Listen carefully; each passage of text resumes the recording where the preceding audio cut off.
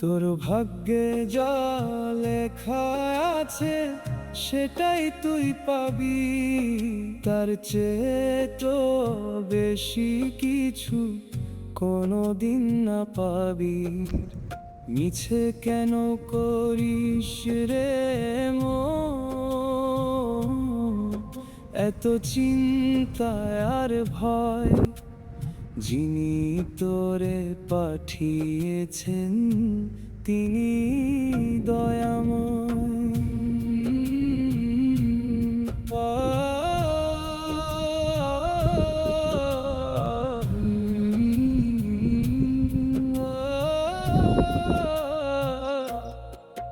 কার সাথে তোর বিয়ে হবে, কোথায় হবে মরণ, সবকিছু তো জানেন আল্লাহ, তিনি সবার আপন।